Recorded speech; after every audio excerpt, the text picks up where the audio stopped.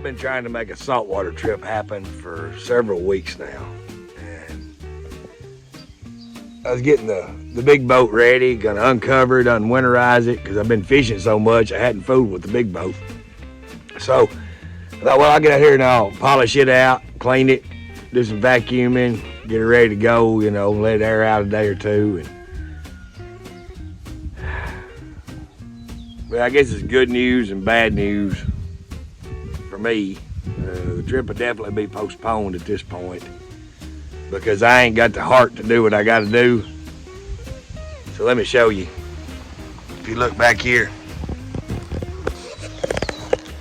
I started uncovering. There's a little mama and her babies. And I just can't. I ain't got the heart. Little house friend. So, looks like my fishing trip will be postponed.